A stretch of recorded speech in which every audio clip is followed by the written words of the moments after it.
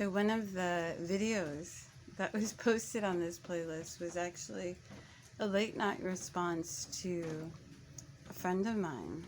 And a lot of slurred speech. It's very difficult for me to speak and my eyes to settle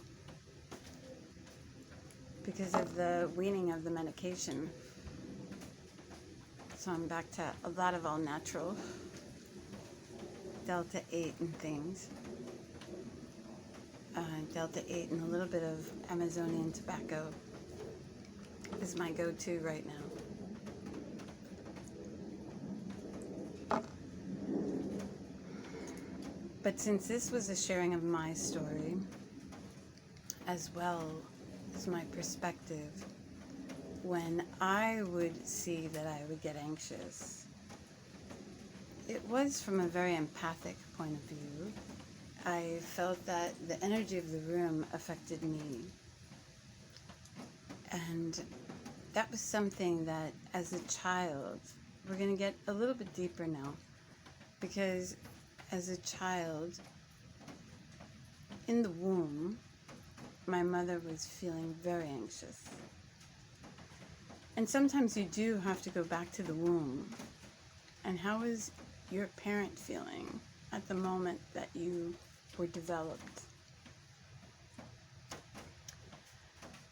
Whether you grew up in an OCD or, sometimes they didn't have names for these things. And then we develop these labels that are very general. But there is something that does describe the mother womb. And that's something that I'll get into here. The mother womb is something that we all carry, including the mother womb of Mother Earth. There's this thing of, are we harming the planet? Are we here to improve the planet or not? And that gets very dogmatic. So I don't want to get into that. But there is a deeper mother womb for some when it comes to that. So the environment of your womb, where you began development in, I feel is of great importance. Also, the environment that you were brought up in is also of great importance.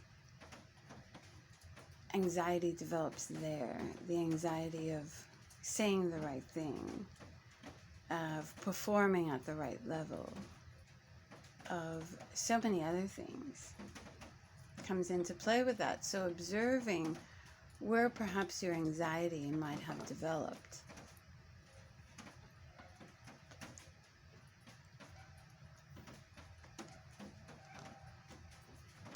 The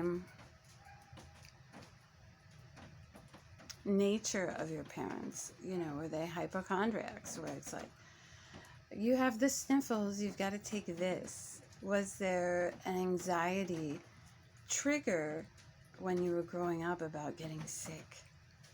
Was there an anxiety trigger about sexuality? Was there an anxiety trigger about so many other things? And those are things that only you can really get to the bottom of, because there are things that you have experienced. Now, the late night slurred speech reaction to, or response to one of my students was, they feel that they are building the metaverse. They are building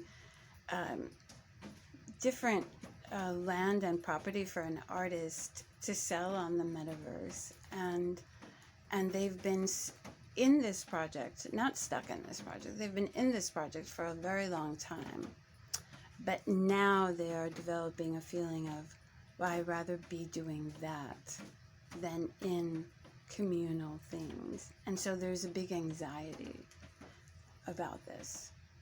Well, I'm so good at developing this, and so that's very personal. So good at developing this, and yet with my human relationships, I struggle. So going from the parents' anxiety and from wherever you grew up from into the now, also, I tell, takes you through the spiral, you know? So maybe it is about bringing your parents' world and your world together, the old and the new, in a whole different way. But anxiety is very personal for everyone, is what I'm trying to say. And so for me, I had a very anxious mother. And then I had triggers, I suppose, or genetic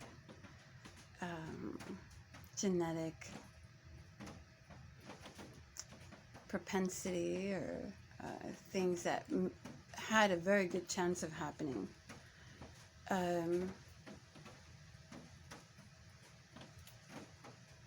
When it came to bringing two worlds together, I grew up in the hood, but I went to very expensive schools. I grew up with these traditions, which is why I'm so adamant about indigenous or native. I do as well love the native term. Native to this, you know, and the way our natives had their traditions. And I don't believe that traditions can be sold. And so there is a lot of personal kind of anxiety too, but there was always that bridging. And in the Mayan, I'm also a world bridger in the Mayan horoscope. But I felt that was always this challenge of bringing these two worlds together. And so my anxiety at first was about that, of the, well, my parents don't understand this country. And, you know, and I'm a child, and I'm having to explain these new ways to these people that are very reluctant to understand it. And they were also, you know, when we go back to the parent trap, there's a Pink Floyd that says, you know, Mama, the mother song, where, you know, Mama will inherit all her fears to you, basically.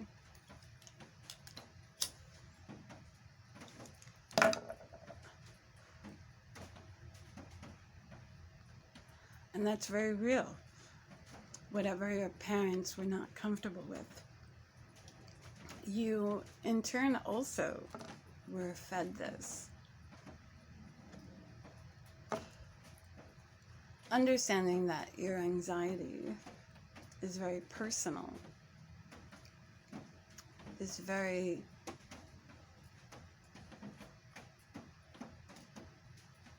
sort of isolated to what you were in, and then finding the common denominators that other people might have in their journey through anxiety.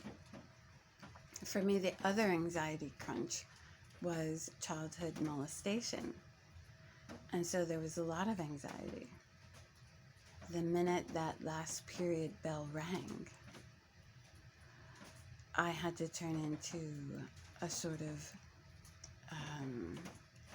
soldier to avoid from being trapped in a room with this molester.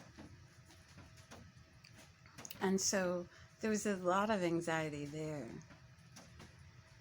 for the change from school to babysitter. Then there was also a lot of anxiety because of my parents' own struggles, you see, because they were struggling with stepchildren, and they were struggling with having their own child, and they were caught in this trap of feeling that divorce was a failure, you know, and that she had married a divorcee, and so my mother was always trapped in that public eye of, well, you know, of course he married you because you were going to be able to take care of his kids or whatever. And you didn't get that white wedding. So there were a lot of anxiety things for her.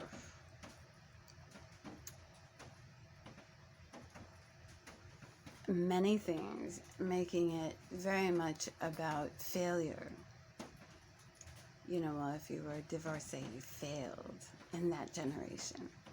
And so my father was also trying to come up from that, from being cheated on, from being all these things. And so there's all these dynamics that you have to embrace your parents for maybe dumping their anxiety on you.